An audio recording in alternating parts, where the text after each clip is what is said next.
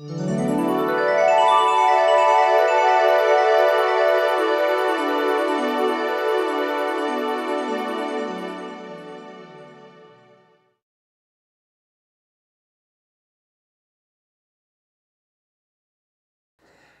our next speaker is really an amazing man, a good friend.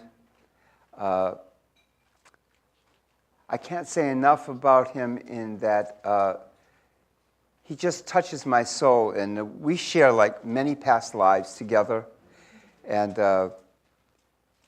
that's all I'm going to say about that.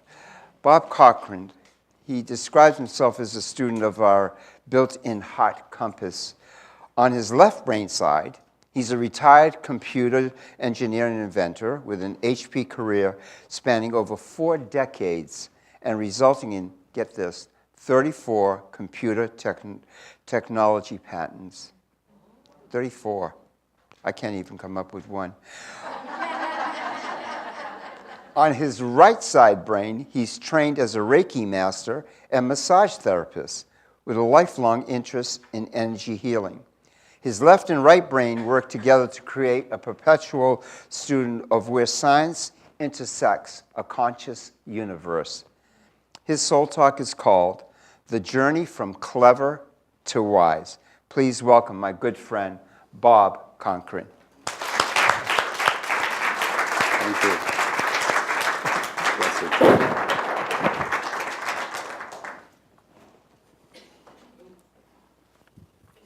I forgot what I had said when I sent that intro to him months ago or weeks ago. So there might be a little bit of repetition here, but you can handle it. So when I was a younger guy trying to figure out how to compete against those that were brighter and bigger and stronger, I heard that Einstein once said that he didn't consider himself to be any brighter than the next guy, but merely willing to sit with a question longer. Well, since stubbornness is definitely one of my core competencies, as he looks at his wife, I rebranded stubbornness as tenaciousness, and so I applied that in my professional career for the 34 computer technology patents, aha moments. I mentioned that to make the point that when I sit with a question long enough, I often come up with something, even in the questions of my private life. And 2 questions in particular I've been sitting with for over 50 years in my private life. One is, when Grandma is dearly departed, exactly how gone is she? Exactly how gone? And what's the meaning of life? And more recently, I added a 3rd one, which is, can the present be affected by the future? All easy questions, right? So my talk today is going to be about the realizations I've had along my path from clever towards wise through the lens of those 3 questions. I have to include a note here that these are just my conclusions and my ahas, and I'm not attempting to convince or to minimize the unfortunate circumstances in anyone else's life. That said, do you guys remember that animated movie a couple years ago with the little girl Riley had the control room with all the different control room occupants? And there was fear and joy and all, you know. So along that same vein, it might be an oversimplification just to say, hi, I'm Bob Cochran. So instead, I think I'll describe some of my control room occupants. First, there's left brain Bob, which is an inside-the-box kind of thinker. He might describe himself as a retired computer engineer and inventor. He's a red state kind of guy, believe it or not, and he thinks things like, I work for what I have, and so should they. And then there's right brain Bob, who's an outside-the-box kind of thinker, and he might describe himself as a trained massage therapist, a Reiki master, a lifelong student of energy healing, and a blue state kind of guy. And he thinks things like, I like compassion and creativity and long walks on the beach. You can imagine that when political issues came up, it was pretty much a 1-to-1 stalemate for much of my life. That is, until after years of doing the work of self-development, the tiebreaker came online in the form of blue state-leaning hard Bob. Since then, the vote's been pretty much 2-to-1 on all the those issues. It's been said that the longest journey a person can make is from the head to the heart, but I must say that at least in my case, it's very much been worth the trouble, because Heart Bob coming online has offered me a greatly expanded sense of compassion, ability to feel my feelings, and it's provided me with an intuitive heart compass. So when there just isn't enough data to know what to do, it gives me a direction. All in all, I'd have to say it's a total game changer in my life. Of course, with all these different control room occupants, the challenge for my wife, especially during a disagreement, is to figure out which control room occupant she's speaking with at any given point. So it's not uncommon for her to say something like, I think I'm dealing with Twit Bob right now, but I'd like to speak with Heart Bob. When she does that, I know she's got my number and resolution isn't too far off. As a computer engineer, the left brain led the way for much of my life. That is, until my own scientific method forced me to look outside the box to explain some very persistent spiritual abilities. What kind of abilities, you might ask? Well, borrowing directly from the recognized list of Catholic charisms, at one point or another, I've experienced clairaudience, clairvoyance, clairsentience, which is to say unexpected information by way of hearing and seeing and knowing. Precognition, the ability to sense and transmit subtle energy with my hands, psychometry, and of course bilocation. I must say that these abilities like this have really added value in my life, except maybe one. When my wife is really busy around the house trying to get something done, I seem to have this uncanny ability to be in the most inconvenient place, and just standing in the wrong place. It's my superpower. Everybody has to have at least one. But to make matters worse, after watching me exhibit this superpower for several months now, the cat has picked up the same skill, but she's one up to me. Now she lays down in the most inconvenient possible place. And it's always gratifying to know you've passed something on to the next generation. Although the phrase beings without bodies might sound like a nonprofit organization, it leads me to the question about grandma and whether or not she or anyone else can be nearby when their physical body is not. I've encountered beings without bodies many times and in multiple forms, but there are three in particular I'd like to mention. There's the sparkle ball, or the energy cloud form, which is what they typically are when they first have passed on, and there might be that way for several days until they've learned the ropes to figure out how to show up as a defined astral body. If you're feeling courageous next time you're at a funeral, scan the area for an invisible cloud about 8 or 9 feet off the ground, and you might see yourself looking at nothing in particular, but yet feeling the weight of a stare coming back at you, and maybe goosebumps. When that happens, you might have just noticed somebody attending their own funeral. After they figured out how to work this new set of controls, they tend to show up as astral body form, often in your dreams. I've had countless visits from deceased loved ones in my dreams, and I've noticed some commonalities. One is that thinking in them tends to bring them around more often, only if it doesn't scare you. If it scares you, then they don't come around so much. And then they often appear as their favorite age, which is sometimes in their late 30s, early 40s.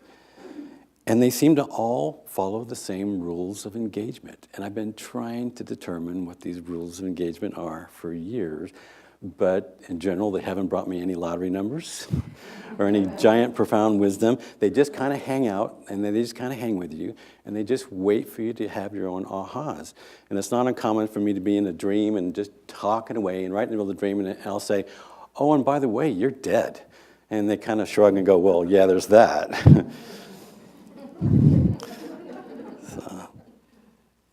Speaking of astral bodies and bilocation, I've been told by people on multiple occasions that my astral body interacted with them while my physical body was somewhere else sleeping. I never have any memories of what these interactions were or what I said, but I always hope that I behaved myself. And what might I have said to these people in my astral form? Like, for instance, does this make my astral body look fat? So, I don't know. A higher form is angels and things like that. I've encountered 2 higher forms. when I was in Egypt on the Nile River, asleep. Sekhmet visited me in my dream, and I didn't know who this woman was with the head of a lioness until I asked people later, but she was pretty impressive. And then Myriad, a female angel, has been around me for about the last year, and she likes to be called Myriad because it means many, as in I'm not going to be confined to a single concept or name. And I think perhaps 3 of my friends have noticed her at one time or another. The takeaway from all that is that though Grandma may not currently have access to a physical body, I think she's only as gone as she wants to be. And regarding my own dearly departed mother, I'd have to say that in some ways I feel closer to her than ever before. The other takeaway is that if we really are an energy cloud immediately after leaving the body, perhaps that's our true natural form. And that's what we are before having a body. Recently, I started a website called clever2wise.com with the number 2, as in humanity has the best chance of survival only if enough of us make the transition from clever to wise. I publish a blog there that you can sign up for, and I, in general, just explore the intersection between science and spirituality, and in particular, one of those 3 questions I mentioned, which is, can the present be affected by the future? There was a study done in a hospital of patients that were prayed for, and they were sepsis patients. Sepsis is a particularly bad blood infection that's often fatal.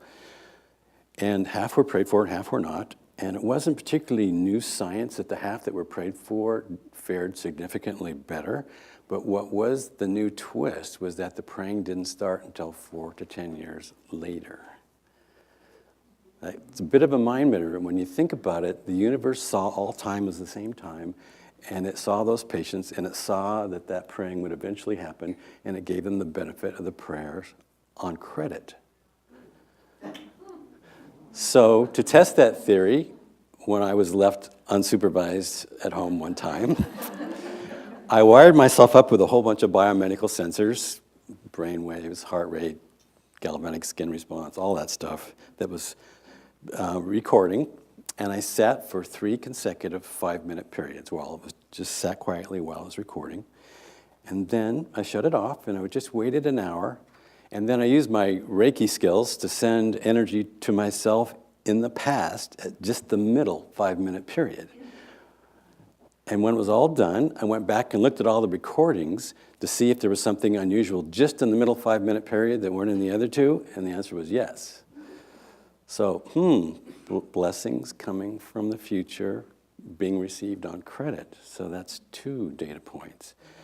To further explore that data point, the website clever2wise.com is sponsoring a free crowdsourced science experiment called Blessings Co-op.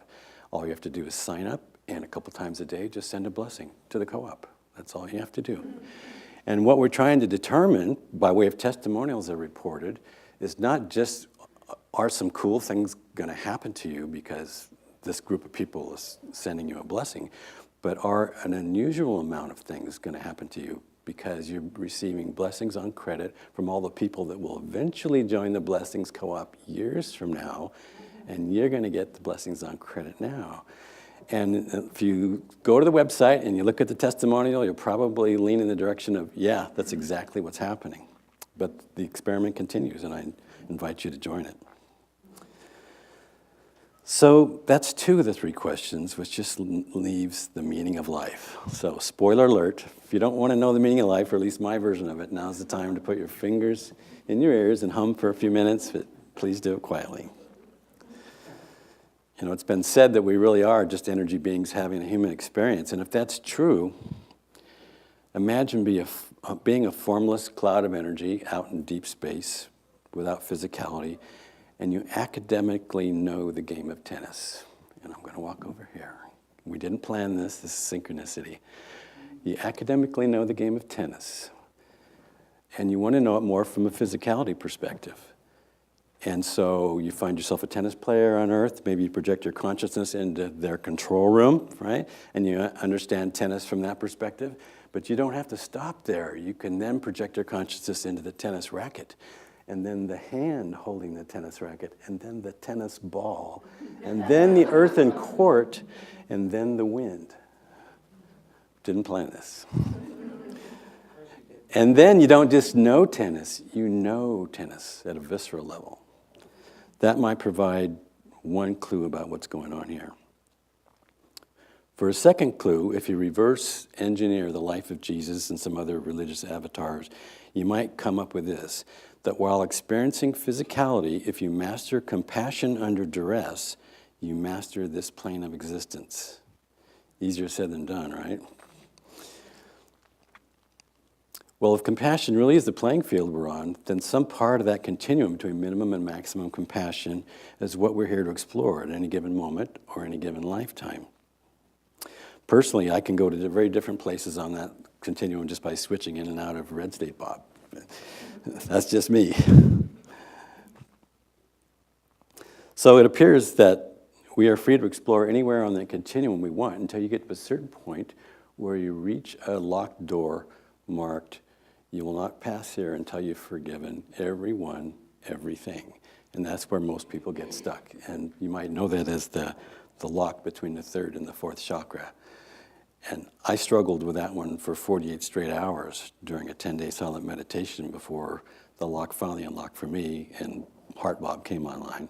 I'm really glad that it did because that allowed all the other chakras to come online afterwards. If you've ever played a video game, you know that you temporarily identify with an avatar until you don't. You might play the video game hundreds of times. Sometimes your avatar might play nice, and sometimes not so much. And all you really take away from that video game is the experience. So what makes that experience imperfect is that a lack of full immersion and it being a full sensory experience and the lack of amnesia, because you keep remembering it's not really you. So if we tie all those concepts together, how might we as energy beings have a full immersion, full sensory experience with amnesia to explore this plane of existence by way of physicality? Well, first you select your parents that are about ready to give birth to a self-driving mammal, avatar, and then you project your consciousness into the baby's control room along with amnesia. You select a syllabus for that lifetime, and you begin your journey. The purpose being to explore some part of the compassion continuum and to transcend the challenge that you encounter during that particular lifetime. At death, when all you take away is the experience and the love, perhaps your energy being might ask itself, would I care to play again? Speaking of avatars, if you remember the movie by that name, you know that the guy's consciousness was projected into an avatar, a risk-taking avatar who was a native on the planet, and while his true self remained virtually unharmable back at home base. And much of his distress came from believing that his was the only avatar out there. How would his distress have changed if they were all avatars? And what if we are all avatars? In order to close, I'm going to read a blog that I recently published, but I want to dedicate it to Ralph Sabah, one of my SLC brothers. And that last time I saw him last Sunday, I looked into his eyes and I touched his hands, and all I could see in his eyes was internal silence, peace, and beauty. And I knew that he was a very special man. So this is dedicated to Ralph. Imagine this planet without humans. Everywhere you visit in your mind's eye, the blooming meadows, the scented forests, the moonlit mountains is nothing but silence, peace, and beauty. It's at this moment that you realize that silence, peace, and beauty are our cosmic origin, the backdrop or canvas, if you will, upon which we paint our life. Since a thing can only differentiate itself by being different from its origin, we soon enough become a life represented by a steaming pile of noise, tension, pain, regrets, and grievances under a thin veneer of normal and nice.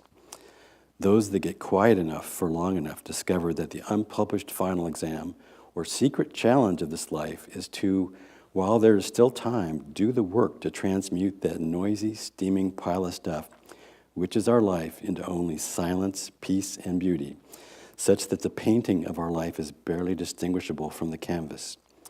What of those that succeed at the challenge? On your dying day, in your very last moments, What might a person who has become silence, peace, and beauty experience as they transition to universal silence, peace, and beauty? Perhaps they'll notice no change at all. Thank you.